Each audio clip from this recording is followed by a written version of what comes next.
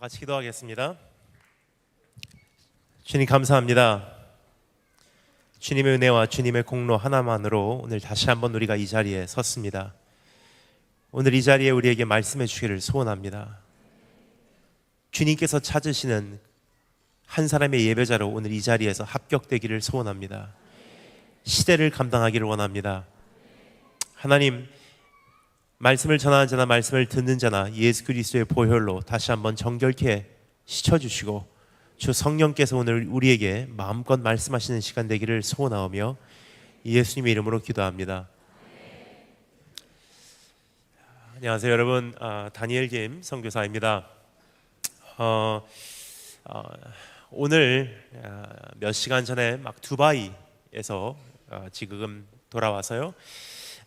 지금 두바이 타임으로 오후 3시 정도의 지금 시간대를 좀 살고 있습니다. 참 귀한 자리에 오신 한 분 한 분을 진심으로 환영하고 주의 이름으로 사랑합니다. 지금 여러 나라를 다니며 세계를 보고 있습니다. 지난 7년 동안 선교사로 파송받은 이래로 한 곳에 이어서 열흘 이상 머물러 본 적이 없습니다. 한 숙소에 길게 머물게 된 것이 약 10일간의 시간입니다. 근데 지난 7년 동안 이렇게 이곳으로 저곳으로 이렇게 다니며 많은 나라를 가보고 여러 사람을 만난 결과 한 가지가 지금 마음에 느껴지고 있습니다. 그것은 무엇이냐면 지금 이 시대에 하나님께서 찾으시는 그 한 사람의 예배자가 있다는 것입니다. 왜냐, 지금부터의 세상은, 이제부터의 시대는 그 예배자가 아니고서는 살아남을 수 없기 때문입니다. 그래서 주님께서 찾으시는 예배자, 우리가 오늘 다시 한번 그러한 예배자로 일어서시는 한 분 한 분 되시기를 주의 이름으로 축원합니다. 근데 적어도 우리가 예배드리기 위해서는, 온전한 예배자로, 하나님께서 찾으시는 예배자로 우리가 합격되기 위해서는 적어도 내가 누구를 예배하는지는 알아야 된다고 생각을 합니다. 왜냐, 그 예배의 대상이 나로 하여금 온전한 예배자로 서게 하기 때문입니다. 오늘 그래서 우리가 드리는 예배, 우리 예배의 대상이 누구신지 우리 한번 이 말씀을 통해서 우리 한번 귀 기울여 살펴보도록 하겠습니다. 여러분, 예배라는 것은 시작되고 끝나는 것이 아닙니다. 예배라는 것은 우리의 삶입니다. 삶의 형태가 다양한 모습으로, 예를 들어서 오늘 이렇게 함께 드리는 공동 예배의 형식으로도 나타날 수 있지만, 때로는 부르신 곳에서 혼자 주님을 위해서 순종함으로 살아드리는 그것도 예배라는 사실을 우리가 기억하기를 원합니다. 자, 그렇다면 주님께서 그러한 예배를 받으시기를 원하시는데 먼저 자기 자신에 대해서 우리에게 소개하시고 계신 주님의 음성에 한번 귀를 기울여 보도록 하겠습니다. 여러분, 오늘 이 말씀의 배경에 대해서 잠시 말씀드리자면요, 이사야서가 시작된 이래로 하나님께서 계속 심판의 말씀을 이사야 선지자를 통해서 이스라엘 민족에게 선포하고 계신 것을 우리는 볼 수가 있습니다. 이제 내가 이 민족을 심판하겠다. 이 민족의 죄를 내가 이제는 모른 척하지 않겠다. 이방 나라를 들어서 내가 이스라엘 민족을 심판할 것이다. 여러분, 참 엄청난 하나님의 그 엄격하신 심판의 메시지가 아니었나 싶습니다. 너무나 감사한 것은요, 하나님의 메시지는 언제나 심판으로 끝나는 것이 아니라 거기서 반드시 복음으로 연결이 된다는 것입니다. 좋은 소식으로 연결이 됩니다. 그러면서 이사야서 9장 6절, 지금 읽은 우리가 본문 말씀에 와서는 주님께서 우리에게 선포하십니다. 그런데 내가 이러한 심판 가운데 내가 나의 백성을 잊지 않겠고 그러한 아픔 가운데도 내가 나의 백성을 절대로 버리지 아니하리라. 그러면서 말씀하십니다. 그래서 이 백성을 내가 반드시 구원해내겠다. 내가 이 백성을 위해서 메시아를 보내주겠다.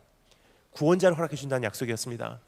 그 구원자의 이름은 His name is Wonderful Counselor, Mighty God, Everlasting Father, Prince of Peace. 기묘자요, 모사요, 전능하신 하나님이요, 영전하신 아버지요, 평강의 왕이시라. 바로 이런 뜻입니다. 여러분, 이제부터 세상은 만만치 않을 것이다. 심판이 임할 것이다. 엄청난 하나님의 진노가 이 세상에 쏟아 부어질 것이다. 세상이 뒤집어질 것이다. 오늘의 현실이 믿겨지지 않을 만큼 하나님께서 우리를 버리셨나, 하나님께서 우리를 잊으셨나, 그런 날들도 있을 것이다. 하지만 한 가지만 있으면 돼. 그분의 이름.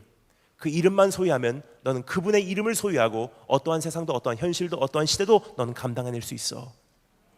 한 가지만 여기서 여러분 더 정리하기를 원하는 것이 있습니다. 그것은 무엇이냐면 히브리어로 그의 이름은 했을 때, 이름이라는 단어는요, 히브리어로 셴이라는 단어예요. 셴. 쉔이라는 단어의 뜻은 무엇이냐? 우리말로는 이름이라고 번역이 되어 있지만 정확한 번역은 아닙니다. 우리말로는 이름 그리면 누구를 부를 때 사용하는 단어죠. 예를 들어서 다니엘, 그렇죠? 근데 히브리어로 이름이라는 것은요, 누구를 부를 때 사용하는 단어 정도의 차원의 의미를 가지고 있지 않습니다. 그 이상의 의미를 갖고 있습니다. 어떤 의미냐? 우리말로는 표현할 수가 없습니다. 하지만 가장 정확한 번역을 그래도 그나마 우리말에서 하나 선택한다면 우리가 보통 이야기하는 이름보다도 본질이라는 뜻이에요. 본질. 왜냐? 나를 나되게 하는 것이 이름인 만큼 나를 나되게 하는 것이 본질이기 때문입니다. 다시 한번 정리합니다. 바로 이런 뜻입니다. 이제 세상이 만만치 않을 것이다. 이제부터 오는 시대는 환란이다. 하지만 난 너에게 메시아의 본질을 허락해 주겠다. 그 본질을 소유한 자는 한 사람의 예배자로 살 수 있으리니 세상이 너희를 감당치 못하리라.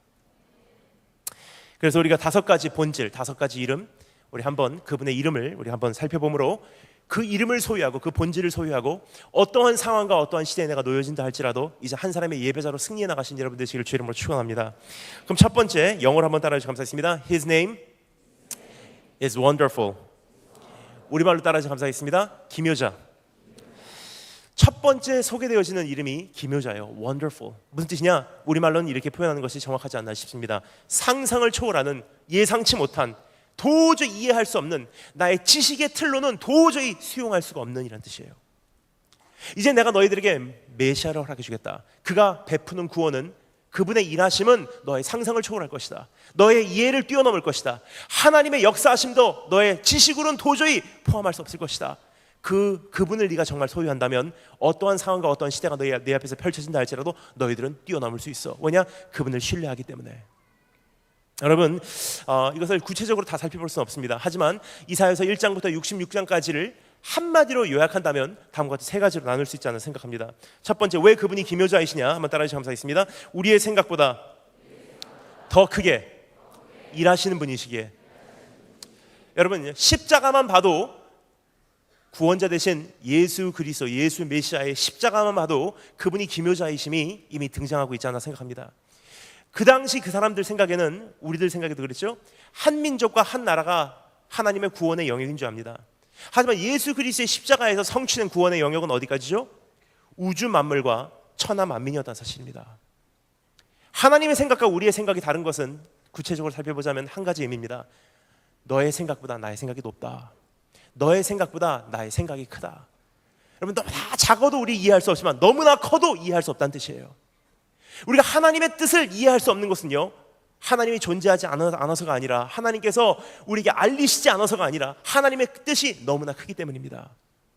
여러분, 저는 중학교 1학년 때 예수님 만났습니다. 중학교 1학년 때 예수님 만나고 즉각적으로 일어난 현상이, 성경책을 들고서 일본 시내 한복판으로 뛰어나갔습니다. 제가 살던 곳이 일본의 후쿠오카라는 곳입니다. 후쿠오카, 일본의 3대 도시 중에 하나죠. 도쿄, 오사카, 후쿠오카. 후쿠오카의 가장 중심가 덴진, 토요일날 저녁 7시 최고 하이라이트 피크 아워. 아마 이 모란 시장보다도 더 정신이 없습니다. 거기에 하나님께 저희가 허락해 주신 첫 번째 강단이 있습니다. 제가 처음에 서서 말씀을 선포하기 시작했던 강단은요, 이런 강단이 아니라 그 도로변에 있는 가드레일 위에였습니다. 그 가드레일에 올라가서 신호등에 매달려서 말씀을 외치기 시작합니다. 하나님께 저에게 주신 첫 번째 스포트라이트예요. 이런 스포트라이트가 아닙니다. 빨간색, 노란색, 초록색 바뀌는 스포트라이트. 거기를 매달려서 성경책 들고 중학교 2학년 때였었습니다. 그때부터 외치기 시작합니다. 예수 그리스도 아나타 와이시마스, 예수 그리스도 아나타 와스키마스, 예수 그리스도 텐국 스미나마 지옥 주시카 아나타 와스키데스. 예수님은 당신을 사랑합니다. 예수님은 당신을 구원합니다. 예수 천국 불신지옥 십자가 당신의 구원입니다. 중학교 2학년이었어요. 근데 저보다 3살 밑에 여동생, 저하고 거의 비슷한 시기에 예수님 만났습니다. 초등학교 5학년 때 밑에서 전도지 뿌리고 있었습니다. 그때부터 시작한 노방전도 제가 고3 때까지 한 번도 안 쉬었어요. 여동생하고 저하고는 그 땅을 지켰습니다. 근데 얼마나 감사한지 하나님께서는 딱 중간에 몇 년 동안은 같이 동역할 수 있는 정말 저희들에게 힘이 되는 동역자들을 보내주시더라고요. 일본 교회 청년들이었습니다. 근데 대단한 동역자들도 아니에요. 사실상 알고 보면 정말 평범한 사람들이었습니다. 여러분, 하나님께서는 평범한 사람들을 통해서 일하십니다. 어떤 사람들이냐? 잠시 제가 소개하겠습니다. 그 안에는 제 여동생하고 동갑이었던 남자애가 있었습니다. 초등학교 6학년짜리 남자애.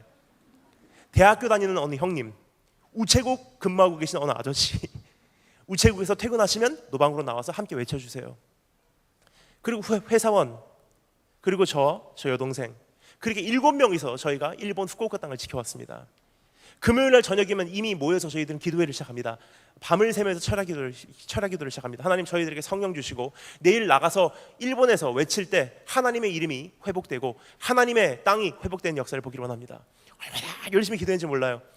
그때 그 기도에 의하면 하루에 5,000명, 7,000명 구원받고 돌아올 줄 알았습니다. 근데 여러분, 솔직히 말씀드립니다. 그 5년간 한 사람도 눈에 보이는 열매는 없었습니다. 참 아쉬운 마음이 있었지만 열매에 관심이 있는 것이 아니라 하나님께서 나에게 주신 그 영역에서 주님의 마음을 지켜냈다는 그것의 의미를 삼고 그 자리를 떠나 저는 미국으로 가게 되었습니다. 미국으로 가서 미국에 있는 육군사관학교 트리니티라는 신학대학원 사역하고 이제 하나님을 섬기다가 목사 안수를 받고 선교사 파송을 받고 떠났습니다. 이곳저곳 다니다가 어느 날 일본에서 집회 요청이 있어서 일본을 방문하게 되었습니다. 일본을 방문하는데 어디로 가냐면 일본에 있는 어느 교회인데 그 초등학교 6학년짜리 그 남자애 기억나죠? 그 남자애의 아버지 목사님께서 목회하는 교회예요. 그 교회를 가니까 그 목사님께서 오랜만에 저를 보고서 너무 반가워하시면서 저를 끼워안으시면서 이렇게 말씀하십니다. 야, 너무 감사합니다. 너무 감사합니다. 이제 드디어 모든 그림이 완성됐습니다. 깜짝 놀라서 여쭤봤어요. 목사님, 무슨 그림입니까? 목사님께서 말씀하십니다. 저하고 제 여동생은 미국으로 떠난 이래로 소식을 접할 수가 없으니까 어떻게 지내는지, 다른 사람들은 이렇게 된 거 다 결과를 다 알기 때문에 지금 뭐 하고 있는지 알기 때문에 다 이해하지만 형제님하고, 그러니까 목사님하고 그 여동생은 모르니까 참 궁금했었대요. 근데 이제 드디어 목사가 돼서 선교사가 돼서 돌아오니까 이제 모든 그림이 완성됐대요. 여쭤봤습니다. 어떻게 완성됐습니까? 목사님께서 말씀하십니다. 그때 우리는 그 5년 동안 얼마나 열심히 일본 땅을 위해서 기도했지 않습니까? 금요일이면 모여서 철야했지 않습니까? 근데 단 한 사람도 눈에 보이는 열매는 없었지 않습니까? 네, 맞습니다, 목사님. 근데 하나님께서 위대한 일을 하셨습니다. 뭐요, 목사님? 목사님께서 말씀하십니다. 한 사람도 눈에 보이는 열매는 없었다 할지라도 그 7명이요 지금 다 목사님이고 다 선교사님이세요. 우리의 관심은 일본을 바꾸는 데 있었어요. 하지만 하나님의 관심은 그 5년 동안 우리를 바꾸고 계셨습니다. 그리고 지금 우리를 통해서 열방을 바꾸고 계십니다. 초등학교 남자의 6학년 일본의 가고시마라는 어느 한 지역에서 지금 목회하고 있는 목사님이 되셨습니다. 우체국 아저씨, 우체국 그만두고 지금 목사님이세요. 대학교 다녔던 형님, 목사님이세요. 초등학교 5학년이었던 저의 여동생, 지금 풀러 신학대학원에서 박사학위 하면서 전도사 생활하고 교수하고 있습니다. 저 목사하고 선교사예요. 참 하나님 하신 일 기묘하십니다. 여러분, 그 하나님 우리가 정말 안다면, 그 하나님의 이름을 우리가 정말 소유한다면, 그 본질을 내가 오늘 가지고 있다면 부르신 곳, 상처난 가정, 산산조각난 환경, 도저히 이해되지 않는 이러한 현실 속에서 납득할 수 있는 한 가지 우리에겐 도구가 생깁니다. 하나님, 나 이해할 수 없습니다. 하지만 나보다 생각이 크신 하나님을 내가 신뢰하기에 부르신 곳이 이 현실이라면 내가 하나님 때문에 한 번 더 견뎌드릴게요. 내가 하나님 때문에 하루 더 살아드릴게요. 내가 하나님 때문에 한 번 더 참아드릴게요. 무엇입니까? 부르신 곳에서 나 예배하리. 어떤 상황에도 나 예배하리. 여러분, 그러한 능력이 내 안에 있다면 이제부터의 시대, 이제부터의 세대 문제 없습니다. 세상이 우리를 감당치 못할 것입니다. 두 번째, 왜 그분이 기묘자이신가? 따라해 주시기 감사하겠습니다. 우리의 이해보다 더 깊게 일하시는 분이시기에. 여러분, 예수님께서 이 세상에 왕가로 오시지 않았습니다. 이 세상에 오실 때 어떻게 오셨죠? 베들레헴 말구에서 태어나시고 나사렛 출신이시고 십자가의 길을 가시고 결국은 죄인들과 세리들과 교제하시고 십자가에서 성취하신 구원은 어디까지죠? 하늘 위에나 땅 위에나 땅 아래 가장 깊은 곳까지 복음의 영역으로 회복하시고 주님 가셨어요. 여러분, 주님의 관심은 표면적인 데 있지 않다는 것입니다. 가장 깊은 곳까지 잃어버린 한 마리의 양을 찾아서 가는 것이 주님의 뜻이라는 사실입니다. 아까 전에 너무나 귀한 기도 감사합니다. 여러분, 지금 학교 안에 기독교를 향한 지금 크리스찬을 향한 탄압이 시작됐습니다. 엄청난 핍박이 시작됐어요. 근데 얼마나 감사한지 모르겠습니다. 어떠한 한 교육자, 어떠한 한 리더로 인해서 하나님께서 그러한 기도 모임을 진행하는 것을 원치 않는다는 것입니다. 왜 그렇습니까? 그것이 서 있는 한 정말 깊숙한 곳으로는 복음이 못 가기 때문입니다. 하지만 한 사람의 예배자로 하나님, 내가 오늘 학교도 왔습니다. 하나님의 성령과 동행하는 그 모습으로 내가 오늘 하루를 살아드리게 하시고, 교제하는 모든 사람들에게 내가 예수 그리스도의 향기를 내뿜기게 하시사 그 사람들이 나를 통해서 주님 보게 하시기를 원합니다.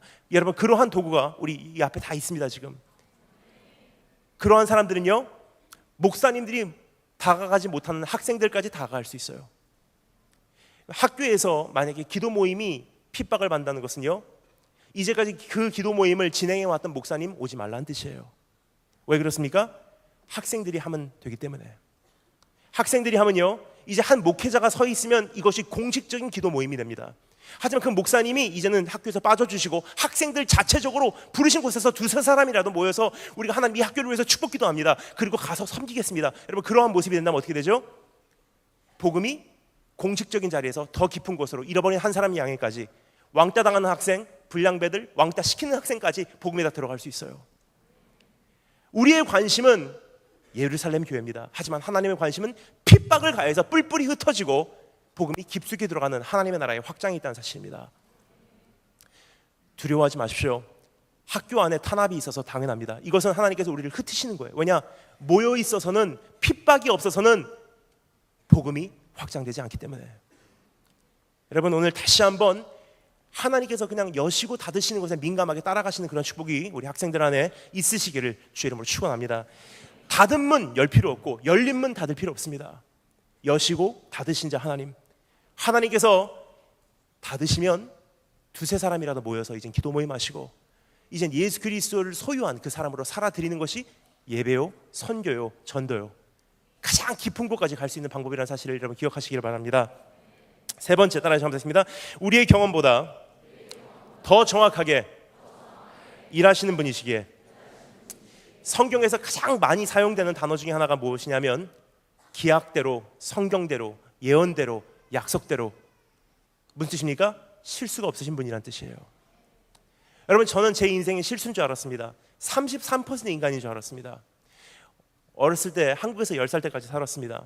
근데 그 10살 때까지 한국에서는 저는 참 많이 핍박을 받았습니다. 왜 그러냐면 아버지가 일본에 계신 제일교포 3세이시기 때문에.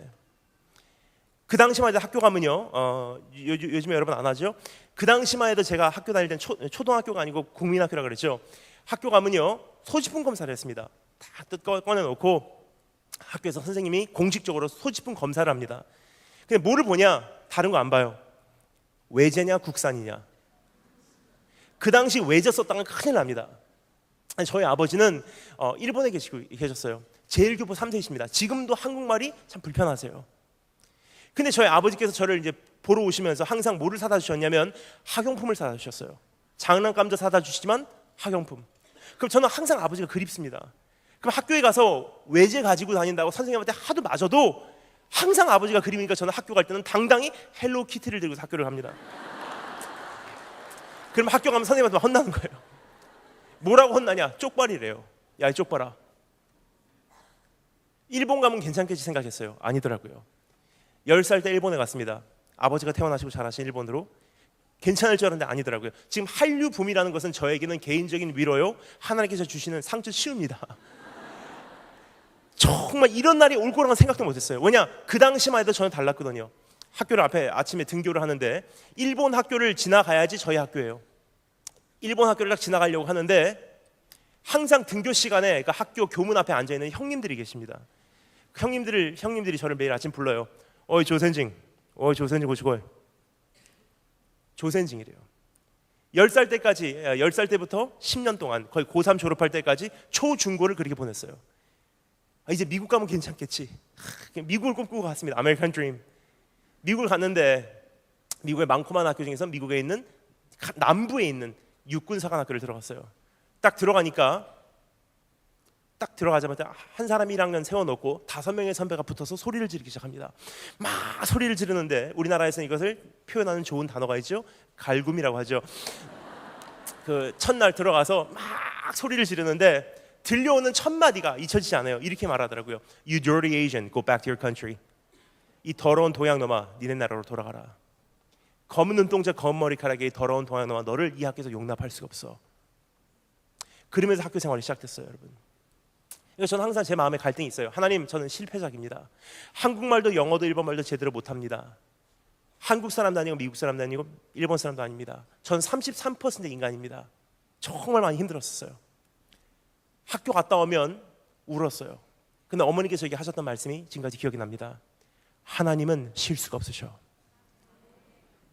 지금은 네가 모르겠지만 언젠가 네가 우리말로서 설교하는 날이 올 거야. 언젠가 네가 일본말로서 일본에서 불쌍한 일본 사람들의 영혼을 살리는 날이 올 거야. 언젠가 네가 영어로서 온 세계에 있는 영어권에 다니면서 네가 말씀 전하는 날이 올 거야. 도저히 꿈꿔지지 않더라고요.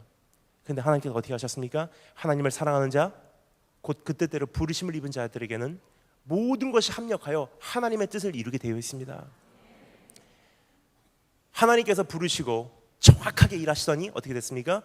지금 33% 인간밖에 안 됐던 제가 지금 300% 이상의 삶을 살고 있습니다. 온 세계에 있는 모든 코리안 디아스포라들에게는 우리말로 말씀을 전합니다. 온 세계에 있는 영어권에서는 영어로 전해요. 일본에서는 일본말로 전합니다. 저에게는 언어적인 장벽이 없습니다. 이것은 무슨 뜻입니까? 하나님께서 우리 인생에 오늘 실수 안 하신다는 거예요. 도저히 내가 생각하기에는, 내가 판단하기에는 이거는 실수고 사고고 누구의 잘못이고 누구의 실수로 인해서 내 인생이 이렇게 된 건데, 하나님께서 말씀하세요. 나는 실패하지 않아. 그것이 설령 실수였다 할지라도 네가 나를 사랑하니 내가 너를 불렀다. 이제 모든 것이 합력하여 내 뜻을 이루리라. 여러분, 그분을 신뢰한다면, 기묘자를 우리가 정말 안다면, 그분의 본질을 우리가 정말 소유하고 있다면 우리 안에서 나올 수 있는 한 가지 예배는 바로 이것입니다. 하나님, 내가 다 이해 못해도, 내가 다 납득 못해도 하나님의 무한하신 지혜로 판단해 보실 때, 하나님의 무한하신 사랑으로 판단해 보실 때 나에게 주신 현실이라면 이곳이 오늘 나의 예배 자리이오니 하나님 때문에 내가 살아드릴게요. 여러분, 그러한 예배가 우리 안에서 회복되신 여러분 되시기를 주님으로 축원합니다. 두 번째, 그분의 이름입니다. 따라해서 감사했습니다. His name is Counselor. 영어로 우리말로 따라해서 감사했습니다. 모사. 모사라는 것은 무엇입니까? Counselor 하면 잘 이해가 안 가요. Counselor 그러면 그냥 심리 상담을 하는 사람이라고 생각합니다. 하지만 그런 뜻이 아닙니다. 왜냐하면 수천 년 전에 이사야 선지자가 그는 모사요 했을 때 심리 상담을 하는 그 직업은 그 당시 없었기 때문입니다. 그럼 여기서 말하는 모사라는 것은 무엇이냐? 바로 이런 뜻입니다. 그 당시나 지금이나 모사 역할을 하는 사람들이 있습니다. 심리 상담을 하는 사람들도 그 모사 역할이 그 안에 포함되어 있다는 사실이에요. 무엇이냐? 다리 역할이에요. 서로에게 마음이 전달되지 않고 뜻이 전달되지 않고 의사소통이 되지 않는 그 완전히 깨어진 그 통로에서 통로를 이어주는 역할입니다. 바로 아버지의 마음을 자녀에게 전하고, 자녀의 마음을 아버지에게 전하고, 왕의 마음을 백성에게 전하고, 백성의 마음을 왕에게 전하고, 아내의 마음을 남편에게 전하고, 남편의 마음을 아내에게 전하고. 여러분, 저에게도 그런 모사가 있었어요. 누구냐면요, 저희 어머니이십니다. 저희 아버지하고 저하고는 말이 안 통했습니다. 아버지는 일본말, 전 한국말. 10살 때까지입니다. 지금은 다행히도 하나님 은혜로 그냥 일본말로 통해요. 근데 그 당시만 해도 아버지께서 일본말 하시면 저는 못 알아듣는 거예요. 10살 때까지 아버지는 일본에 계셨어요. 저는 한국에 살았습니다. 그러니까 아버지하고 저건 말이 안 통하니까 아버지께서 저에게 하시는 말씀이 거의 버디랭귀지예요. 그러니까 온맘 다해가 아니라 온몸 다해서 온몸 다해서 저에게 다가오십니다. 예를 들어 저에게 한마디 하실 때, 너 아이스크림 먹을래? 이거를 그냥 온몸 다해. 엄마 아이스크림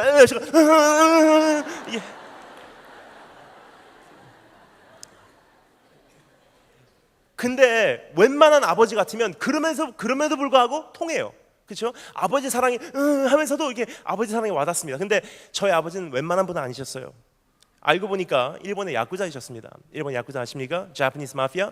그래서 저도 요즘에 MK Missionary Kid, MK 사역을 많이 다닙니다. 왜냐하면 저도 MK였습니다. 마피아 Kid.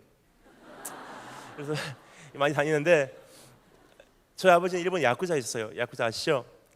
야쿠자도 여러분 여러 가지 있습니다. 근데 일본에서 가장 큰 그 조직이 있어요. 야마구치구미라는 야마구치파라는 조직이에요. 20만 명입니다. 20만 명 중에서 딱 90명만 직계예요. 90명만 패밀리고 나머지 20만 명은 에다라고 합니다. 에다, 가지라고 해요. 가지. 굉장히 알고 보니까 성경적이더라고요.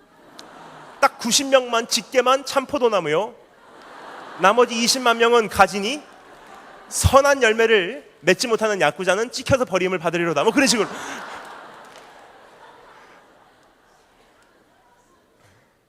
근데 본부가 어디냐면 일본 고베에 있습니다. 고베 본부가 있어요. 오야붕이 있습니다. 바로 밑에 그 와카가시라, 그러니까 젊은 기둥이라고 하는 그 사람이 2인자가 본부를 지키고 있어요. 바로 옆에 교토라는 지역이 있습니다. 교토라는 지역도 본부를 지키는 기둥이 있습니다. 그래서 위에서부터 하면 2인자예요. 교토라는 지역은 어떻게 보면 일본의 수도예요. 왜냐? 일본의 모든 역사가 교토를 통해서 나타났기 때문에. 야쿠자 토박이들은 다 교토 출신이 많습니다. 그럼 교토의 기둥이 누구냐? 교토의 책임자가 누구시냐? 저희 아버지세요.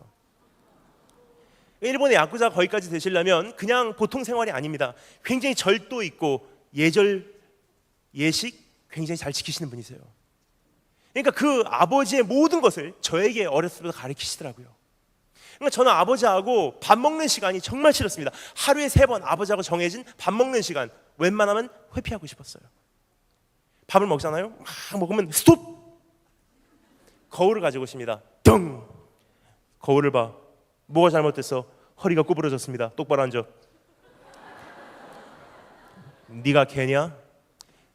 사람은 입이 밥그릇으로 가. 개는 밥그릇이 입으로 와. 먹다가 반찬 그릇에 젓가락을 탁 넣습니다. 그 순간 젓가락이 날라와요. 네가 입에 댄 젓가락을 어디다 꼽냐? 더는 젓가락이 없으면 젓가락을 돌려서 반찬을 가지고 오고 돌려서 먹는 거야. 토요일 아침에 전화 걸려옵니다. 자다가 말고 받으면 큰일 납니다. 저희 집은 전화 받는 방식이 있어요. 무릎 꿇고 앉아서 전화를 받습니다. 하이 모시모시 어디서 하이 하이. 이게 저희 집이에요. 저희 집에서는 조그만 목소리가 안 통합니다. 아버지 그랬어요. 오늘 너무 재밌었어요. 안 들려. 너 배려가 뭔지 아냐? 배려라는 것은 듣는 내가 얘기하고자 하는 네 목소리가 부담 없이 내 귓가에 들리는 게 배려야. 이거 다 맞는 얘기예요, 여러분. 지금 와서 정말 감사한 것은 그 당시 하나님께서, 지금 정말 감사해요. 지금 선교지 나가보니까 그 당시 하나님께서 저를 선교 훈련 다 맞춰놓으셨더라고요.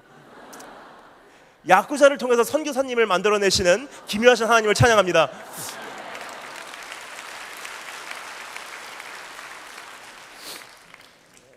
그런데 저는 얼마나 놀라겠습니까? 저희 아버지께서 한마디 하시면 보통 분이 아니시기 때문에 한마디 보통 말씀을 하시면 전 놀라는 거예요. 어머니 소리 다 배려나. 그럼 먹지마 하면 전 그러니까 저희 어머니께서 배로 노력하셨어요.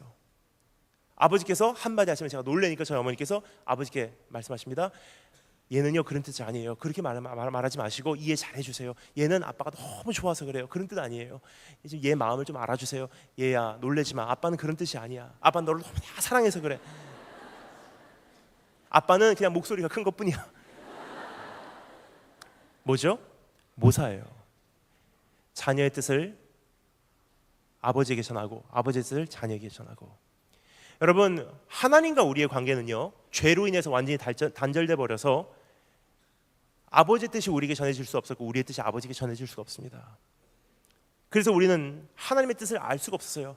하나님 말만 하지 마시고 우리를 정말 사랑하시다면 한번 증명해 보세요. 말만 하지 마세요. 하나님 정말 증명해 보세요. 우리를 사랑하십니까?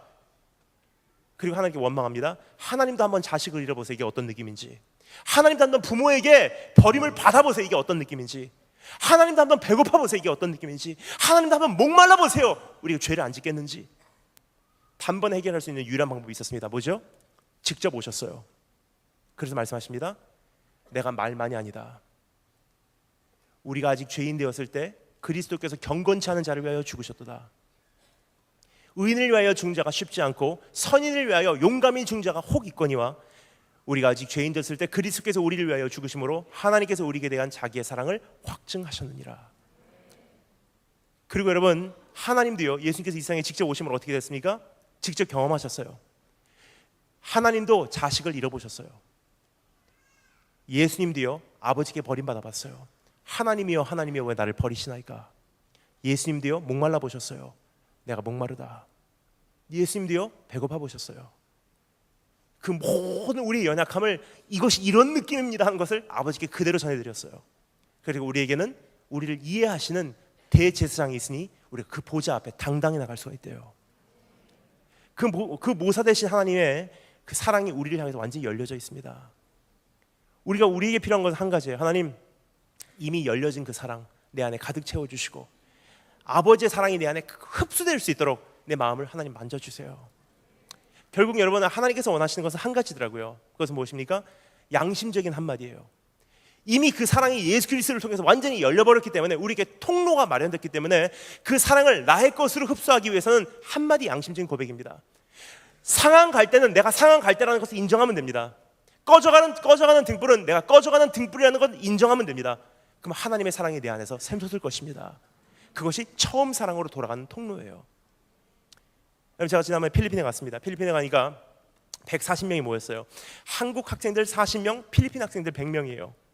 근데 한국 학생들 40명은 막 그 첫날부터 얼마나 힘들었는지 몰라요. 첫날에 딱 집회를 왔는데 3박 4일 동안의 여정이에요. 3박 4일 동안 집회를 하는데 한국 학생들 40명 첫날부터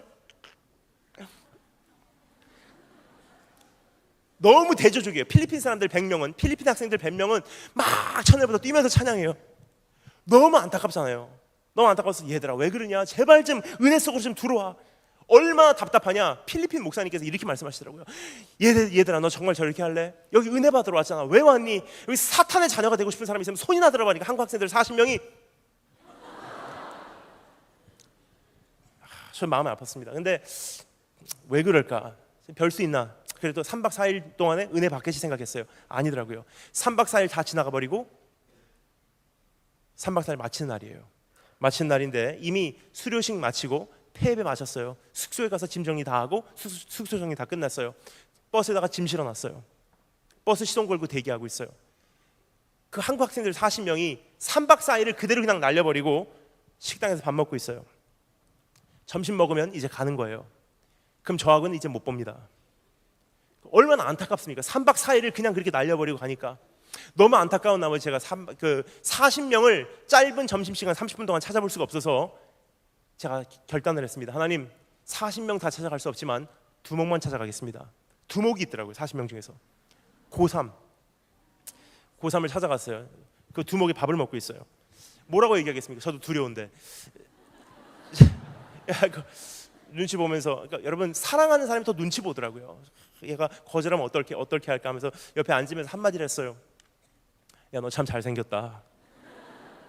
그 밥을 먹으면서 제게 물어봐요. 야, 넌 얼마나 힘드냐? 뭐가요? 다른 사람들 다 은혜 받고 깊은 하나님의 임재 속으로 들어가는데 너는 끝까지 내 자신을 지켜야지. 넌 얼마나 힘드냐? 너 하나님의 사랑 경험하는 게 넌 얼마나 넌 얼마나 힘드냐? 그러니까 그 친구가 가만히 있어요. 아무튼 도망가지 않고 3박 4일 견뎌준 것이 의미가 있다. 언젠가 또 기회가 있겠지. 참 고맙다, 있어줘서. 그래, 승리하고 또 언젠가 만나자. 그래, 안녕 하고 딱 일어나서 딱 가려고 하는 순간 그 아이가 저를 불러요. 저기요, 한 가지만 물어봐도 될까요? 깜짝 놀랐어요. 그래서 뭔데? 그러니까 그 친구가 물어봅니다.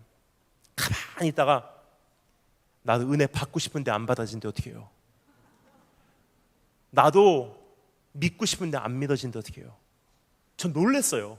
너무 귀하잖아요. 제 마음이 뭉클하더라고요. 그 아이를 자꾸 이렇게 얘기했습니다. 네가 마음에 그 마음이 있다는 그 자체가 기적이야. 하나님을 찾는 자가 없어. 이 세상에 의인 없나니 하나도 없고 깨닫는 자도 없고 하나님을 찾는 자도 없고 다 치우쳐 한 가지를 무익하게 되고 선을 행하는 자는 없나니 하나도 없도다. 그냥 네가 왠지 하나님을 만나고 싶고 왠지 하나님을 찾고 싶고 왠지 이번에 안 만나면 안 될 것 같고 왠지 혼자서는 인생을 살아갈 수 없을 것 같고 왠지 그 마음이 네 마음에 있다는 이 자체가 하나님께서 네 마음에 이미 계시다는 증거야. 그러니까 눈물이 주르륵 흘러요. 딱 잡고 너 예수님 영접할래? 그러니까 나도 예수님 영접할래요. 거기서 울면서 예수님 영접했어요. 그러더니 감사합니다 가더라고요. 얼마나 감사한지. 하나님 감사합니다, 너무 감사합니다 하는데 딱 5분쯤 지나니까 저기요. 그리고 딱 돌아보니까 여자친구를 데리고 왔어요. 똑같은 얘기 해주세요. 거기서 여자친구까지 예수님 영접했어요. 여러분, 하나님께 찾으신 건 뭔지 아십니까? 한 가지예요. 하나님, 이대로의 모습으로 나 왔습니다. 이미 믿음이 내 안에 바닥이 난 지 오래됐고 하나님, 내 안에서 정말 하나님을 사랑하는 마음이 식은 지 오래됐습니다. 하나님, 어떻게 하면 좋겠습니까? 은혜 받고 싶은데 안 받았는지 어떻게 합니까? 나도 하나님 만나고 싶은데 안 만나진데 어떻게 합니까? 우리 청소년들 잘 들으세요. 하나님께서 원하시는 거 위대한 기도 아니에요. 양심적인 고백 한마디예요. 만나기 원합니다. 어떻게 기도해야 될지도 모르겠습니다. 하지만 나 하나님 만나지 않으면 안 될 것 같습니다. 너무 힘들기 때문입니다. 나 좀 만나주세요. 상한 갈 때 꺾지 않으시고 꺼져가는 등불 끄지 않으시는 분, 여러분을 찾아봐 주십니다. 그분이 모사이기 때문입니다. 세 번째, 따라해주시면 감사하겠습니다. Mighty God. 우리말로 따라해주시면 감사하겠습니다. 전능하신 하나님. 세 번째 나오는 이름이, 세 번째 나오는 본질이 Mighty God, 전능하신 하나님입니다. 얼마나 감사한지 모르겠어요, 이 이름이 여기서 나와서. 왜냐, 이스라엘 민족이 포로로 끌려갑니다. 이스라엘 민족이 이제 포로 생활을 시작하며 이제 엄청난 환란 속으로 그들은 들어가게 됩니다. 근데 하나님께서 말씀하십니다. 나는 전능하신 하나님이야. 바로 이런 뜻입니다. 성경에서 말하는 이 mighty라는 것은요, 전능하다는 차원이 아니에요. 히브리어로 원어로 보면요, 가보르라는 뜻이 가보르. 무슨 뜻이냐? 정확한 표현은요, 그냥 능력이 많다 하는 차원이 아니라 가장 정확한 표현은 영웅적인 하나님이래요. 영웅적인 하나님. 무슨 뜻이냐? 내가 도저히 어떻게도 못하는 영역에서 나를 건져주신 하나님이래요. 이미 내 선을 넘어갔을 때 나를 건지신 하나님, 내가 내 자신을 도저히 구해내지 못할 때 나를 건져내신 하나님, 내 인생을 업그레이드 하신 하나님이 아니라는 거예요. 나의 구원자지 업그레이더가 아닙니다. 그래서 여러분, 지금 다 시간 관계상 읽을 수는 없지만 이사야서 9장 전체 내용이 무엇이냐? 어두움 가운데 빛이 비쳤대요. 죽음 가운데 빛이 비쳤대요. 성경에서 말하는 이 죽음이라는 것은 무슨 뜻이냐? 생명이 없어지는 것을 죽음이라고 표현하지 않습니다. 성경에서 말하는 죽음이라는 것은 한 가지를 표현합니다. 내가 도저히 어떻게도 못하는 내 선을 이미 넘어간 영역, 그것이 죽음이에요. 여러분, 한 가지 중요한 것이 있습니다. 9장 6절에서 그분이 나에게 찾아오셨다고 하면서 똑같은 단어가 두 번 사용되고 있어요. 뭐죠? 9장 6절에 똑같은 단어가 두 번 반복적으로 사용되고 있습니다. 마치 이사야 선지자가 우리에게 의도적으로 그것을 이제 인식시켜주기 위해서 두 번 사용한 것 같습니다. 뭐죠? 우리에게 한 아이가 났으니 우리에게 주신 바 되요. 무슨 뜻입니까? 우리에게 오신, 나에게 주신 전능하신 영적인 하나님. 한마디로 표현하겠습니다. 임마누엘 하나님. 똑같은 성경 구절이 있습니다. 똑같은 의미를 갖고 있는 성경 구절이 있습니다. 스바냐서의 말씀이죠.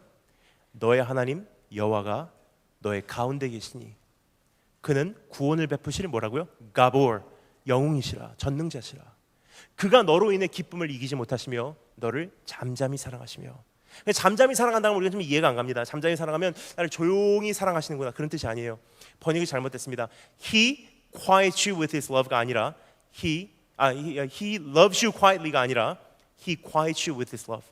그가 너를 조용히 사랑하고 잠잠히 사랑한다가 아니라 정확한 표현은요, 그가 그의 사랑으로 너를 잠잠히 하시며. 바로 이런 뜻이에요. 하나님, 죽음 속에서, 어두움 속에서, 내가 어떻게도 못하는 그 영역 속에서 하나님 이제 나를 버리셨죠. 하나님 이제 나를 떠나셨죠. 하나님 이제는 똑같은 죄 반복하고 또 넘어지고 또 넘어지고 주변에서 나를 버린 것 같은 이런 느낌을 들 때 하나님, 주님은 나에 대해서 오늘 어떻게 생각하십니까? 너의 하나님 여호와가 아직도 네 가운데 계시니 그는 네가 어떻게도 못하는 영역에서 너를 건져내실 영웅이시라. 그가 너로 인해 기쁨을 오늘도 이기지 못하시며 너를 오늘도 그의 사랑으로 잠잠케 하시며.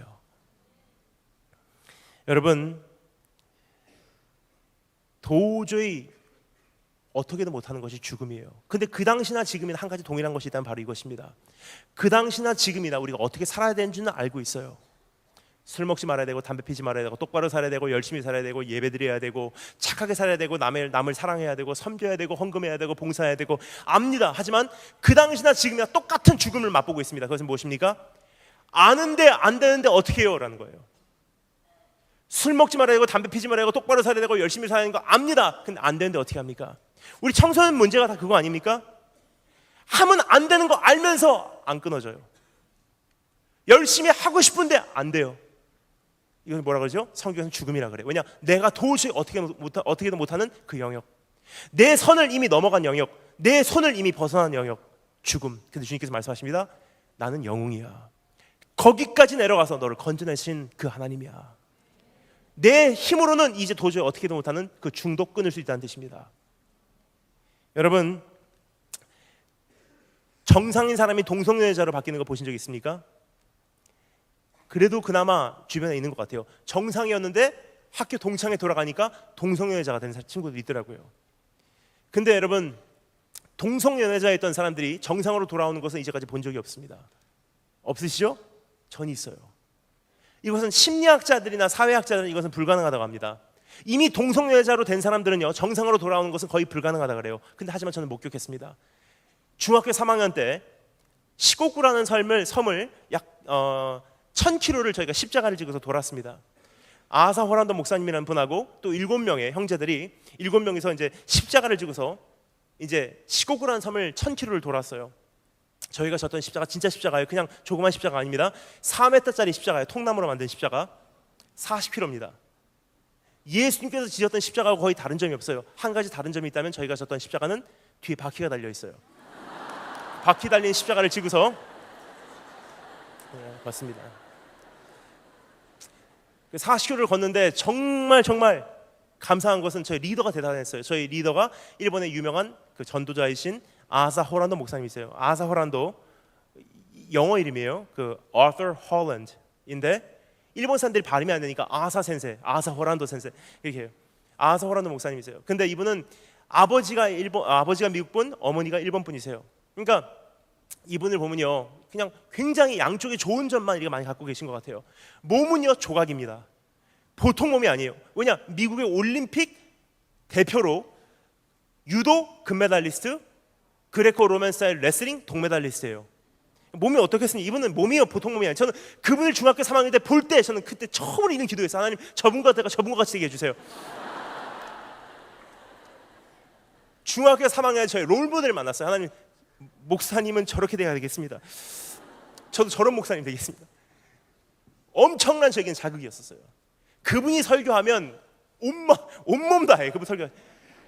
하나님의 말씀이 살아서 꿈틀꿈틀 움직이는 게 피부로 느껴져요. 정말 느껴집니다. 그러니까 저는 이제까지 잊혀지지 않은 설교가 한 편 있다면 그분의 설교예요. 일본의 부흥에 대해서 설교하시는데 온몸 다 설교하시는데 피부로 느껴져요. 하나님의 성령께서 역사하시는 걸 느껴집니다. 예를 들어서 그분이 이런 설교하셨어요. 이제 일본에 곧 부흥이 옵니다. 하나님께서 생기를 불어오시면 일본에 죽었던 세포가 일어날 것입니다. 일본에 죽었던 영혼들이 깨어날 것입니다. 생기야 불어와라 리바이벌 하니까 제가 앞자리에 있다가 전 그날 알았어요. 아, 저게 리바이벌이구나. 그런 분이 리더세요.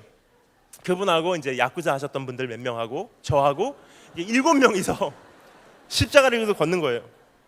근데 어떤 분 십자가 지시고 어떤 사람은 이제 깃발 들어요. 하얀 깃발이거나 빨간 깃발이에요. 거기다 이렇게 써 있습니다. 한문으로 할렐루야 와타시와 크리스찬. 할렐루야 나는 크리스찬입니다.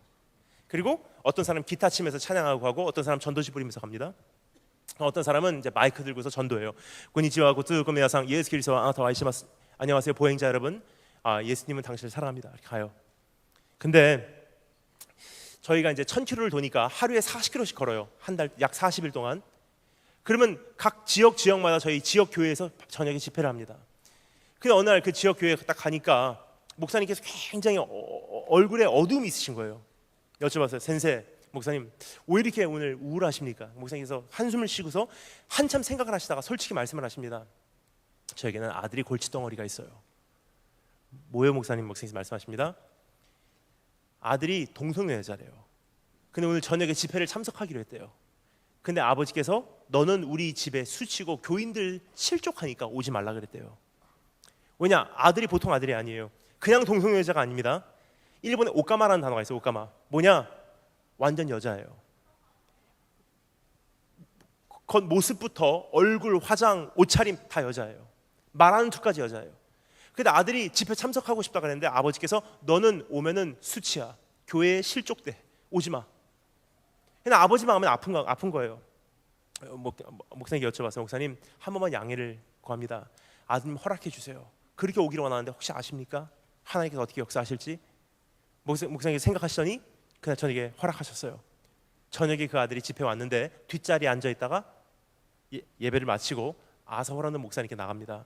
센세 저도 한번 십자가 져보고 싶습니다. 목사님께서 말씀하세요. 그러면 우리가 내일 40km를 걸을 때 동참해 주시죠.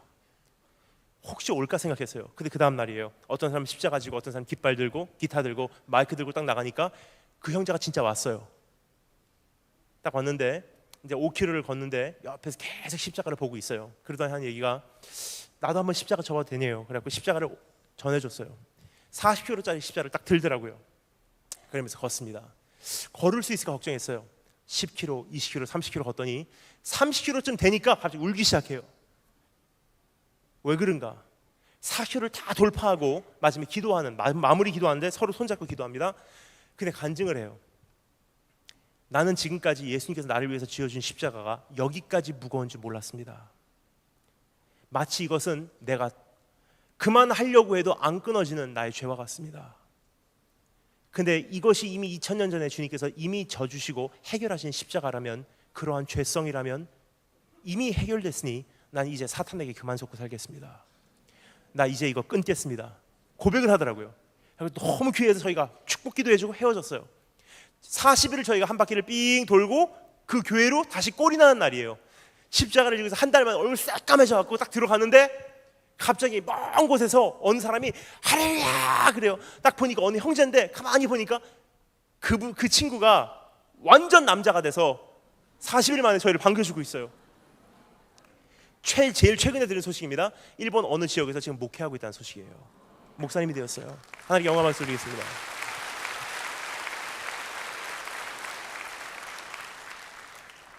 여러분, 우리가 끊을 수 있는 죄만 그것만 우리가 해결할 수 있다면, 여러분 우리가 끊을 수 있는 죄만 가지고 우리가 정말 그것이 우리의 의의가 된다면 우리 주님 안에서 주님께서 우리에게 하실 역할이 없습니다. 하지만 내가 도저히 못하는 그 영역들이 있잖아요. 끊고 싶은데 못 끊는 것, 수십 년 동안 지금까지 끌고 다니던 나의 죄성, 하나님께 오늘 다시 한번 내려놓으시고 오늘 그것을 경험하시는, 그분의 구원하심을 경험하시는 여러분 되시기를 주님으로 축원합니다. 네 번째, 한번 따라서 감사했습니다. His name is everlasting Father. 우리말 따라서 감사했습니다. 영존하신 아버지. 네 번째 이름이 너무나 중요합니다. 왜냐하면 이스라엘 민족이 포로 생활이 시작되면서 그들 안에는 이런 부르짖음이 있었습니다. 주님께서 우리를 버리셨거나 우리를 잊으셨거나. 여러분, 주님 앞에서 연단을 받거나 어려운 경험을 하는 사람들은요, 꼭 이 두 가지 반응을 보입니다. Either you have forsaken me or abandoned me or forgotten me.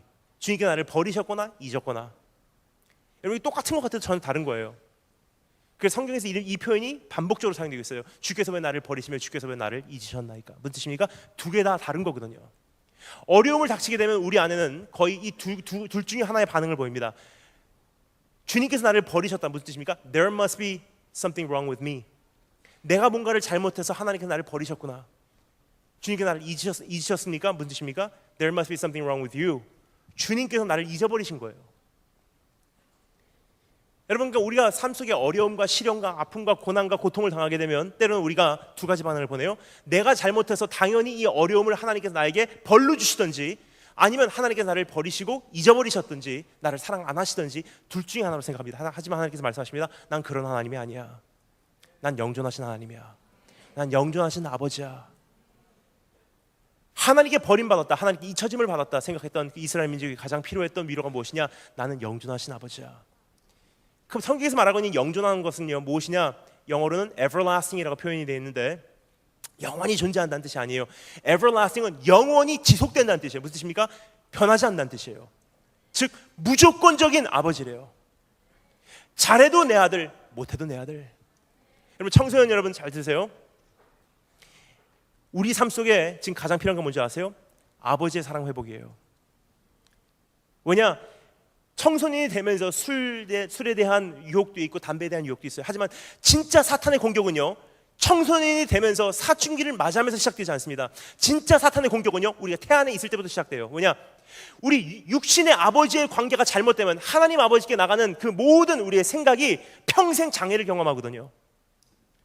육신의 아버지하고의 잘못된 이 관계 때문에 평생 하나님 아버지도 우리가 온전히 대할 수가 없다는 것입니다. 예를 들까요? 아버지께서 나를 한 번도 인정해 주지 않은 사람들이 있어요. 넌 안 되는 놈이야. 넌 실패야. 너 어떻게 그렇게 살 수가 있니? 너 똑바로 살아. 넌 실패야. 넌 안 돼. 아버지가 한 번 인정해요. 좋은 대학 가고 사회적으로 성공하고 남들에게 내노란 삶을 살게 될 때 역시 내 아들이야. 그때 그 사람은 정리해요. 하나님 앞에 나갈 때도 똑같은 생각을 가지고 나갑니다. 내가 잘하고 내가 성공하고 하나님께 다 모든 율법 다 준행하고 그대로 살아가면 하나님께서 나를 사랑해 주실 거야. 어떤 사람들은요, 아빠 일하러 나갔어요. 아빠 엄마 일하러 나간 사이에 동생들 돌보고 동생들 다 씻겨갖고 재우고 밥상 차려놓고 집안 청소 다 해놓고 아빠 들어올 때까지 샥 기다리다가 아버지 들어오시면 식사하실 때 고맙다 했던 그 한마디가 자극적이어서 주님 앞에 나갈 똑같은 생각 가지고 살아요. 하나님께 나갈 때도 봉사하고 쓰러질 때까지 하나님을 섬기고 헌신하고 봉사하고 그렇게까지 하면은 하나님께서 나를 사랑해 주실 거야.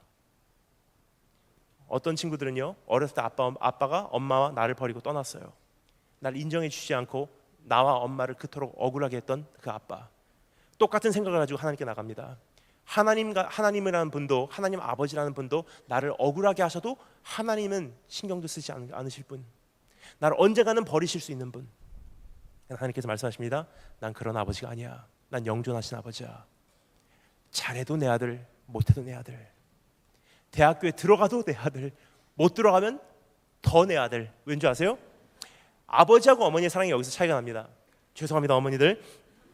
어머니의 사랑을 거의 대체적으로 보면요, 어머니의 사랑을 거울로 본다면 내가 잘하고 있는 것을 언제 볼 수 있냐? 어머니들이 이렇게 하시면 아, 내가 잘하고 있구나 알 수 있습니다. 언제냐? 잘한다 이렇게 하면 아, 내가 잘하고 있구나 알 수 있어요. 근데 아버지들은 좀 다릅니다. 아버지의 사랑을 나의 거울로 삼다면 내가 잘하고 있는 것을 언제 알 수 있냐? 아버지들이 이렇게 반응하시면 내가 잘하고 있는 것을 알 수 있어요. 그러면 아, 잘하고 있구나. 근데 진짜 아버지의 사랑은 언제 나타나는 줄 아세요? 진짜 아버지의 사랑이 등장하는 한 장소가 있습니다. 내가 넘어지고 쓰러지고 좌절하고 바닥을 치고 이제는 포기할 때 아버지의 사랑은 그때 식지 않습니다. 진짜 아버지의 사랑은요, 그때 자극이 되고 격동돼서 불릴 듯 일어나는 것이 아버지의 사랑이에요. 넘어지면 아버지의 사랑이 더 두드러지게 나타나고 잘할 땐 그냥 나를 바라보시는 것이 아버지 사랑입니다. 아버지 하나님께서 말씀하시는 것이 이것입니다. 포로로 끌려가면 내 사랑은 끊이지 않아. 오히려 더 격동되고 오히려 더 자극돼서 포로로 끌려간 그 40년 동안 난 너희를 잊지 못할 것이다. 여러분, 오늘 그 아버지 사랑이 우리 안에 회복되면요, 이 세상이 두렵지가 않습니다. 제가 대학교 딱 들어갈 때 상한학교 딱 들어갔는데 입구에서 선배님들이 웃고 계세요. 문지야, 네가 무슨 일을 당하는지 모르니까 지금 들어온다. 이렇게 얘기하면서 웰컴 하고 있어요. 그럼 이 선만 넘으면 입학하는 거예요. 근데 제가 모르니까 선배님이 웰컴 하고 있으니까 모르니까 딱 들어가려고 하는 순간 아버지께서 저기 하셨던 한마디 때문에 4년을 견디더라고요. 그 무뚝뚝한 아버지께서 저기 한마디 하세요. 딱 들어가려고 하는데 제 손을 딱 잡으시다 하시는 말씀이 힘들면 돌아와. 그때부터는요, 돌아갈 수 있는 자리 확보해요. 그때부터 안 돌아갑니다. 왜냐? 믿져봐야 본전이에요. 그때부터는 담대함이 생기니까 어차피 돌아갈 때가 있어요. 어차피 인정해 주신 분이 있어요. 어차피 사랑해 주시는 분이 계세요. 어차피 나를 영접해 주실 분이 계세요. 그럼 어떻게 됩니까? 부딪히고 돌파하고 좌절해도 일어나서 또 부딪히고 돌파해요. 이것이 능력이에요. 하나님의 사랑은요, 무조건적인 사랑. 무슨 뜻입니까? 내가 확신하오니 사망이나 생명이나 권세자들이나 천사들이나 권세자들이나 현재이나 장래이나 능력이나 높음이나 기쁨이나 다른 아무 피조물이라도 우리 그리스도 예수 안에 있는 하나님의 사랑에서 끊을 수 없으리라. 그 사랑이 나를 붙들게 있으면 어떻게 되죠? 내가 이 모든 일에 넉넉히 이기느니라. 여러분, 저는요 2년 전에 독일에 가서 어떤 집회를 했는데 그 집회 때 참 귀한 한 형제를 만났습니다. 그 형제가 이제 집회를 다 마치고요, 이제 간증하는 시간을 가졌어요. 고1, 고2 그런 형제 중1, 2, 3학년이 나와서 이제 간증합니다. 이제 열심히 살겠습니다. 다시 한번 이제 학교로 돌아가면 열심히 공부하겠습니다. 간증 끝나고 이제 끝나서 이제 다 마무리 기도하겠습니다 하는데 한 형제가 저요 그래 앞에 나와라. 고1짜리 남자애가 나왔어요. 마이크를 딱 쥐더니 한 5분 정도 침묵이에요. 가만히 서 있어요. 야, 우리 마무리해야 되는데 빨리 얘기해. 용기 내서 빨리 얘기해. 그러니까 그 친구가 가만히 서 있다가 결국 눈물을 터뜨리면서 한마디를 하더라고요. 전 죄인입니다. 너무 귀하잖아요. 그러니까 야, 우리 다 죄인이야. 그래, 하나님 용서하셨고 우리 스스로에게 하면 돼. 그 형제가 아니에요 하더니 이렇게 얘기합니다. 어떤 죄를 졌는데 이제는 죄의 대가를 치는 것이 두려웠대요. 하지만 아버지의 사랑이 진짜 사랑이고 그 사랑이 나를 지탱해 준다면 이제는 죄의 대가도 무섭지 않습니다. 이제는 정정당당히 죄의 대가를 치르겠습니다. 고백을 하더라고요. 너무 귀해서 제가 축복해 주고 헤어졌어요. 6개월 만에 제가 부산에서 집회를 했습니다. 부산에서 집회를 딱 마치고 앞에서 이제 인사하고 있는데 안녕히 가세요 하고 있는데 어느 분께서 여기 오시더니 제 손을 꽉 잡으시더니 목사님 안녕하세요. 저 독일에서 왔어요. 안녕하세요. 그분이 말씀하십니다. 저 그날 그 집회에 있었어요. 네. 그분께서 말씀하십니다. 저 그날 참 많이 은혜 받았어요. 네. 맞다. 한 가지 여쭤볼게요. 제가 6개월 동안 제가 안 풀렸던 수수께끼가 있어요. 그 친구 도대체 무슨 죄를 졌길래 고등학교 1학년짜리가 거기까지 울면서 회개를 해요. 그러니까 그분이 가만히 생각하시더니 조심스럽게 말씀하시더라고요. 그 친구는요 살인을 했어요. 어렸을 때 집이 힘들어서 가정이 산산조각나고 혼자서 도망가다시피 독일로 유학을 갔는데 자기를 인종차별하는 집 주인이 너무나 미워서 죽이고 시체를 숨겨놨었대요. 돌이킬 수 없는 죄를 졌습니다. 근데 그날 아버지의 사랑에서 깨닫고 나서 마치자마자 집으로 가지 않고 경찰서로 갔어요. 자수합니다. 지금 어떻게 지내고 있어요? 형무소 들어갔대요. 잘 지내나요? 그분께서 말씀하십니다. 너무 행복해요. 이게 뭐죠? 주사랑 거친 풍랑에도 깊은 바다처럼 나를 잠잠케 해. 주님을 사랑하고 주님의 사랑을 안다는 것은요 그냥 아버지 사랑합니다 그게 아니에요. 진짜 사랑하는 건 뭔지 아십니까? 나를 사랑한다는 그것이 이 세상의 어떤 현실보다도 이 세상의 어떤 목소리보다도 더 강력하게 내 삶 속에 현실로 자리 잡기에 현실을 뛰어넘는 것이 주님의 사랑이에요. 그것을 우리가 소유하고 있으면 무엇입니까? 부르신 곳에서 내가 하나님 신뢰하고 하나님 눈동자 우리가 의식하기에 예배자로 살아드릴 수 있다는 것입니다. 그런 아버지의 사랑이 회복되면요 이제 우리의 육신의 아버지도 우리가 사랑할 수 있어요. 그것이 가정 회복의 첫 번째 단계입니다. 저는요 저희 아버지하고 도저히 용서 못할 관계일 줄 알았어요. 왜냐 아버지께서 저에게 주셨던 상처가 너무 컸기 때문에. 근데 제가 중학교 1학년 때 예수님 만나고 나서 즉각적으로 일어난 현상이 무엇이냐, 제가 아버지를 섬기게 되더라고요. 왜냐 하나님 아버지께서 저를 채워주고 나니까 육신의 아버지를 제가 품어버리더라고요. 그런 과정들이 쌓여지더니 지금 저희 아버지께서는 장로님으로 3년 전까지 일본에서 불쌍한 일본 사람들, 정말 복음 들어볼 수 없는 일본 사람들에게 복음 증거하는 개척교회 하시다가 3년 전에 은퇴하시고 지금 들어오셔서 지금 한국에 계시면서 저를 위한 가장 큰 중보자로 자리를 잡고 계십니다. 여러분 하나님께서 어떤 친구들은요 처음부터 좋은 아버지 밑에서 태어나게 했어요. 하지만 거의 너무나 많은 사람들은 그런 육신의 아버지를 갖고 있지 않은 사람들이 있습니다. 나에게 상처 준 아버지, 너무나 힘들게 한 아버지, 언제나 안 계셨던 아버지. 그러면요 이제는 하나님 나를 불쌍히 여겨주세요 하는 자기 연민을 하는 것이 아니라 하나님 아버지의 사랑으로 나를 채우시고 육신의 아버지를 품어버리시고 환경을 초월하시는 그런 예배자가 되시기를 주의 이름으로 축원합니다. 마지막 5번째 우리가 살펴보겠습니다. 따라해 주시면 감사하겠습니다. His name is Prince of Peace. 우리말로 따라해 주시면 감사하겠습니다. 평강의 왕. 여러분 성경에서 말하는 평강이라는 것은요 이 샬롬이라는 단어는 무슨 뜻이냐, 우리가 생각하는 전쟁하지 않고 평화스러운 그것을 말하는 것이 아닙니다. 성경에서 말하는 이 샬롬이라는 것은 무엇이냐, 세상이 뒤집어지고 힘든 날이 온다 할지라도 내 영혼 평안해. 나를 요동치 않게 붙들어 주시는 그분의 능력으로 인해서 내가 좌로도 치우치지 않고 우로도 치우치지 않고 난 완전한 균형을 유지하며 나는 그 안에서 평안해. 이것이 성경이 말하고 있는 평강이에요. 이것이 여러분 5번째 이름으로 오는 이유가 있습니다. 왜냐? 기묘자 되신 하나님, 내가 도저히 내가 현실을 내가 이해할 수 없고 납득할 수 없고 내가 받아들이기 힘들어도 하나님 때문에 무한한 지혜로 판단해 보시고 무한한 사랑으로 판단해 보실 때 나에게 주님의 뜻대로 나에게 허락해 주신 환경이라면 내가 그거 하나 나의 납득 삼고 부르신 이곳에서 내가 예배자로 살아드리겠습니다. 그 본질이 내 안에 회복되고 모사 되신 주님, 하나님 내가 다 말할 수 없고 하나님의 뜻을 다 알 수 없어도 내 오늘 아픔 아시죠? 하나님 내 가슴 아시죠? 내 어려움 아시죠? 모사 되신 주님께 RM으로 부르신 그곳에서 나에게 하나님의 위로의 자리 삼으시는 그분의 손길을 경험하는 그 예배자의 모습, 그리고 도저히 내가 어떻게든 못하는 그 죄라는 영역 속에서 나를 건져내시는 전능하신 하나님을 신뢰하는 모습. 그리고 하나님, 난 이제 배고픈 채워지지 않은 아버지 사랑 때문에 허기진 사랑같이 인생을 그 사랑 채우고자 달려가기 싫습니다.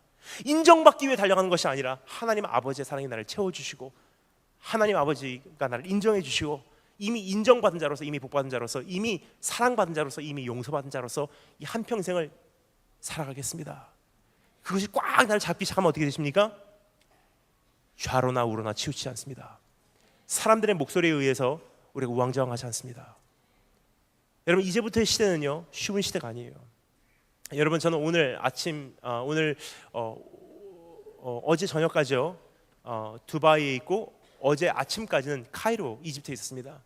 거의 중동에서 쭉 있다가 오늘 지금 막 돌아왔는데요. 지금 중동 사태 이래로 약 1년 9개월 전에 일어났었던 중동에서 혁명 이래로 어떤 나라들은 참 자리를 잡아간 것 같습니다. 지금 예를 들어서 리비아도 조금 이제 자리를 잡아가고 있죠. 그 다음에 이제 카이로, 완전히 그 형제단, 이슬람 형제단의 대통령이 당선됨으로 자리를 잡았다고 생각해요. 지금 거의 이제 이것이 자리를 잡지 않은 것이 시리아 정도라고 생각하십니다. 하지만 여러분, 그렇지 않습니다. 이번에 가보고 깜짝 놀랐어요. 이제까지 갔었던 카이로보다도 훨씬 더 지저분해요. 무슨 뜻이냐? 지금 정치가만 바뀌었다 뿐이지 안에 있는 모든 혼란은 그대로 있다는 뜻입니다. 그리고 카이로 카오스라는 말이 있어요. 뭐냐? 대처할 만한 다른 대통령, 리더 없는, 대처가 없는 혁명을 일으켜버렸어요. 그러니까 이전보다도 혼란스러워진 것을 보게 됩니다. 지금 카이로, 이집트 그쪽 중동 지방은요 완전 무법지대예요. 무슨 뜻입니까? 이제 중동이요, 표면적으로는 이거 양면성을 봐야 됩니다. 표면적으로는요 중동 모든 나라들이 지금 하나로 연합해가고 있습니다. 근데 내부적으로는요 지금 부패해가고 있고 지금 무너져 내려가고 있다는 사실입니다. 우리에게는 주님께 두 가지 메시지를 주십니다. 환난과 기회예요. 기회는 제 말씀드리자면, 안에 이미 이슬람에 대한 그 불신이 그들 안에 이미 싹트기 시작했기 때문에 지금 이슬람의 안에서 우리가 최고로 복음의 수용력이 높아지고 있다는 뜻입니다. 근데 이것이 왜 환난이냐? 표면적으로는 이슬람이 지금 하나로 연합을 해가고 있습니다. 터키, 이집트, 이란을 대표해서 지금 모든 이슬람, 그리고 OIC 57개국이 이슬람 가입국가의 57개국이 지금 하나로 연합을 해가고 있어요.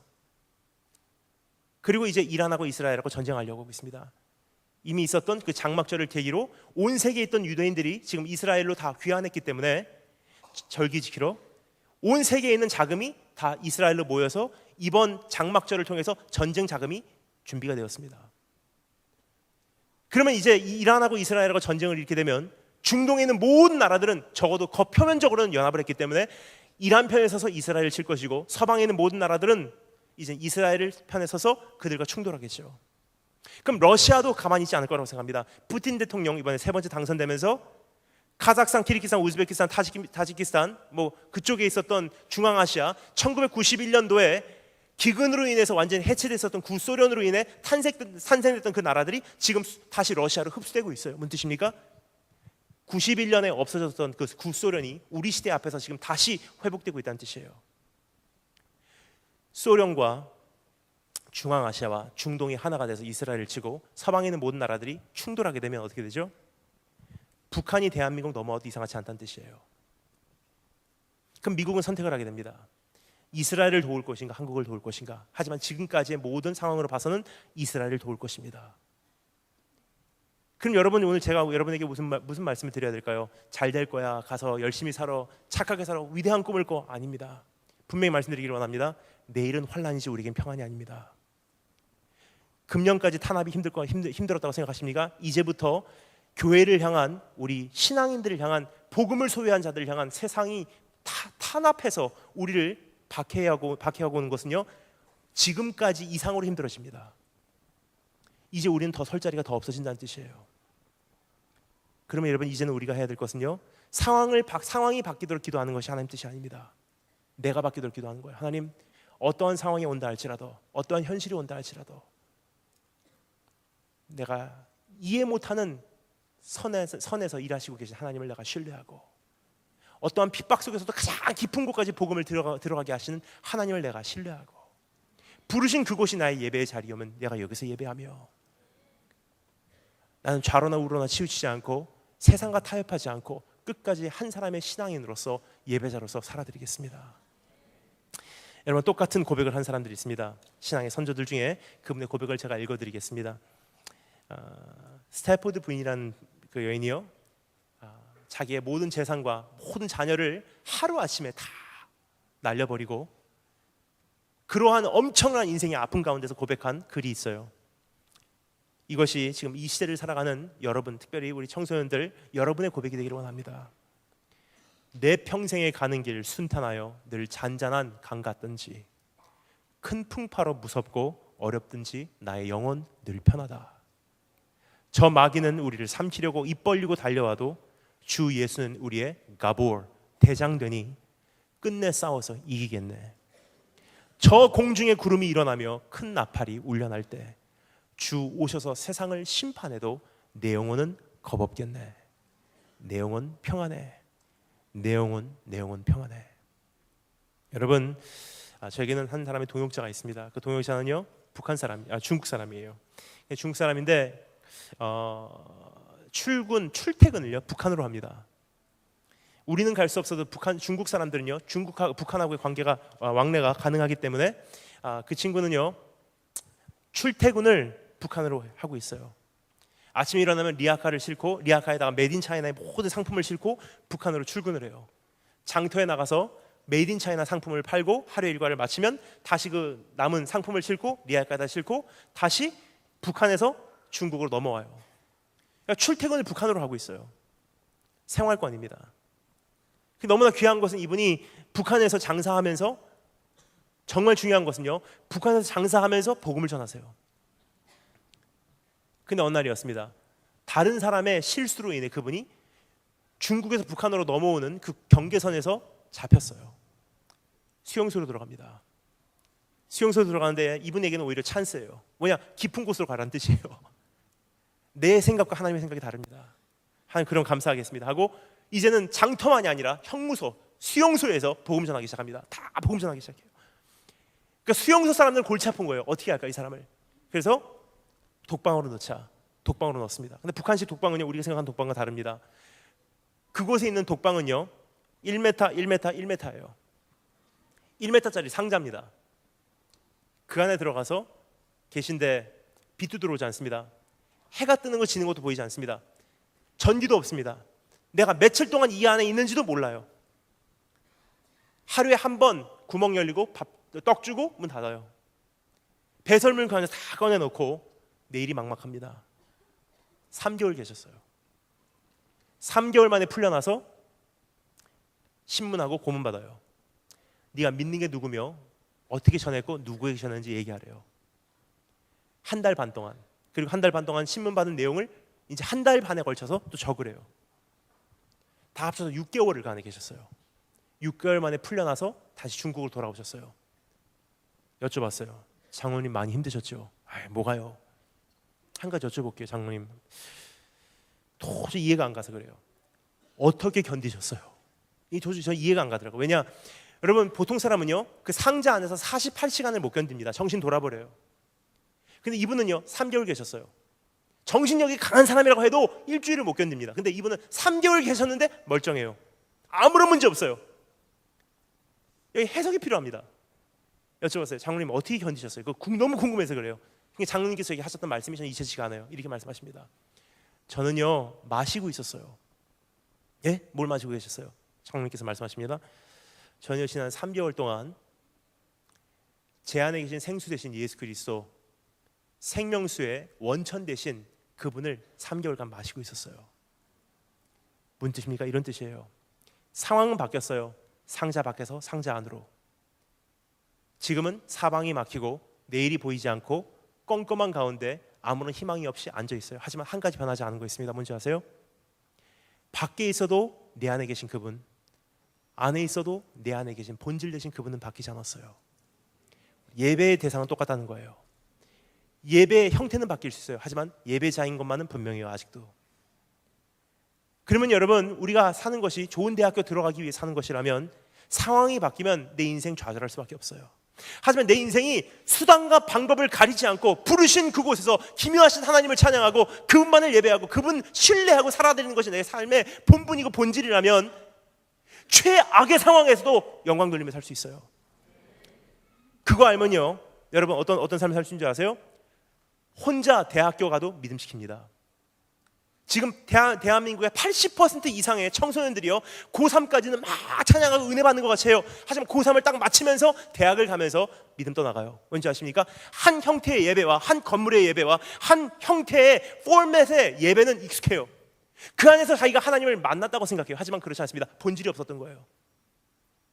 근데 졸업을 하고 대학을 가고 형태가 바뀌고 예배가 없어지고 환경이 바뀌고 담당 전도사님이 안 계시고 나니까 어떻게 되죠? 자기 안에 예수님이 없었다는 사실 그때 깨닫게 됩니다. 여러분에게 필요한 것은요, 학교 안에서 똑같은 예배를 드리는 것이 필요한 것이 아니에요. 교회에서 드렸던 예배 학교까지 갖고 하면요 핍박이에요. 하지만 여러분 분명히 말씀드립니다. 환경이 바뀌어서 더 이상 내가 학교 안에서는 그런 예배를 드리지 못한다 할지라도 눈 뜨고 기도할 수 있잖아요. 주님과 동행하며 얘기할 수 있잖아요. 하나님 때문에 공부할 수 있잖아요. 부르신 그곳에서 하나님 경외하는 마음으로 친구에게 한마디 권면할 수 있잖아요. 이것이 예배입니다. 기묘하신 하나님, 정말 그분과 함께 동행하며 이제 예배자로 부르신 그곳에서 살아내신 여러분 되시길 주님으로 축원합니다.